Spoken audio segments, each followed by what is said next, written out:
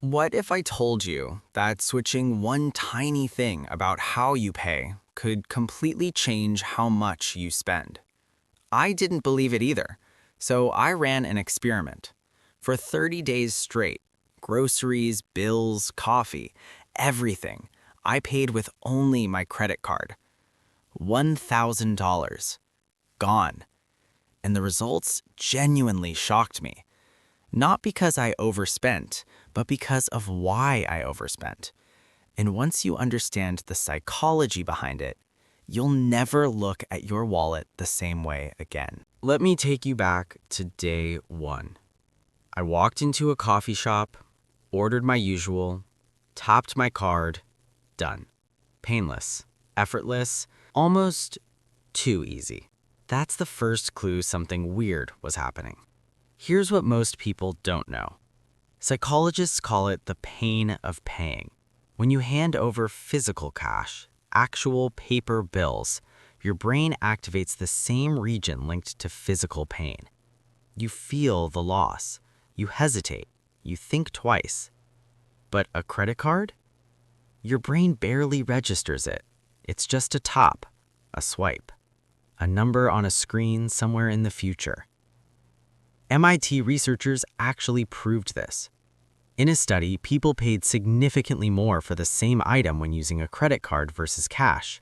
Same product, same store, different payment, different brain response. So there I was, 7 days in, thinking I was being responsible, tracking every purchase, writing it all down. But this is where it gets interesting.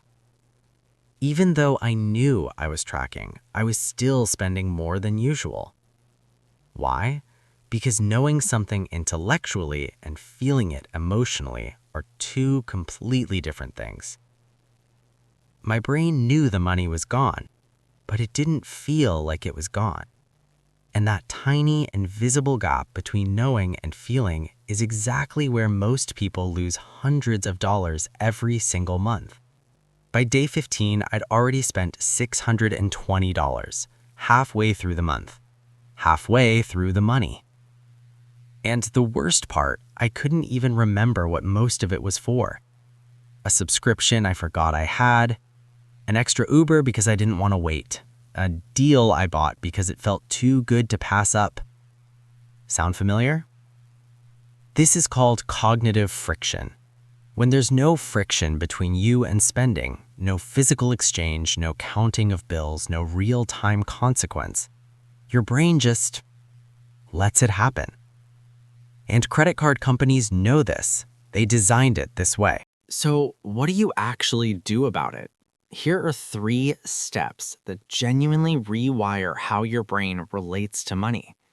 Step 1, create artificial friction. Your brain needs to feel the pain of paying, even digitally. Here's how. Every Sunday, sit down and manually review every single transaction from the week. Don't just scroll, actually write it down by hand, pen and paper.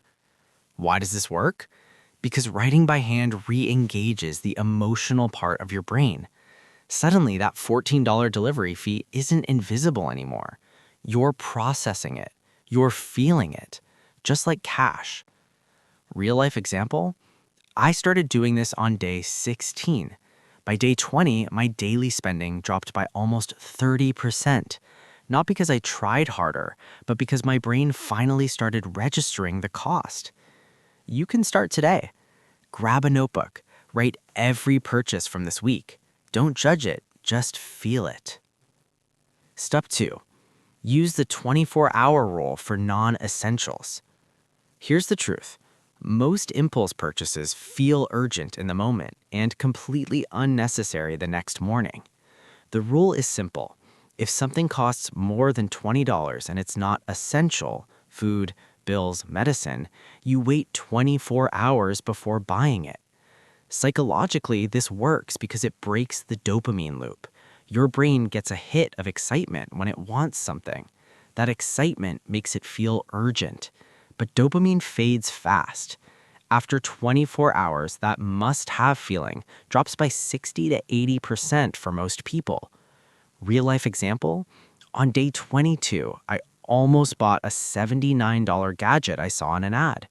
Bookmarked it, went to bed, woke up the next morning, didn't even remember what it was for. Saved $79 without any willpower. Try it this week. Next time you feel the urge, pause, put it in a cart, set a reminder for 24 hours. See how you feel then. And step 3, give every dollar a job before the month starts. This is the most powerful one and the simplest. Before the month begins, sit down and allocate your budget by category, not vaguely, specifically.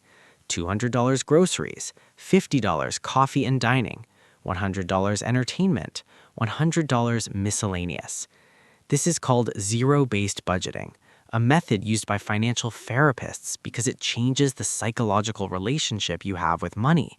Instead of reacting to where money goes, you proactively decide where it goes.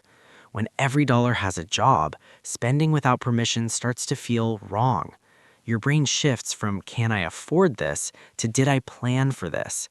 That's a completely different mindset, and it sticks. Real life example? In my final 10 days of the experiment, after I implemented all 3 steps, I spent only $127. Compare that to $620 in the first 15 days. Same income, same life, completely different awareness. The big takeaway. The problem was never the credit card. The problem was invisible spending. No friction, no awareness, no plan. Your money doesn't disappear because you're bad with finances. It disappears because your brain was never designed for effortless digital payments. It was designed for physical, real, immediate consequences. Once you create friction, pause before impulse buys, and give every dollar a job, you stop reacting to your money. You start leading it. And that shift, it changes everything. If this video made you think differently about how you spend, drop a comment below. Tell me one purchase this week that you almost regretted. I'd love to know. And if you want more psychology-backed money and habit tips every week, subscribe right now. I post every week to help you understand your brain and build a better financial life. See you in the next one.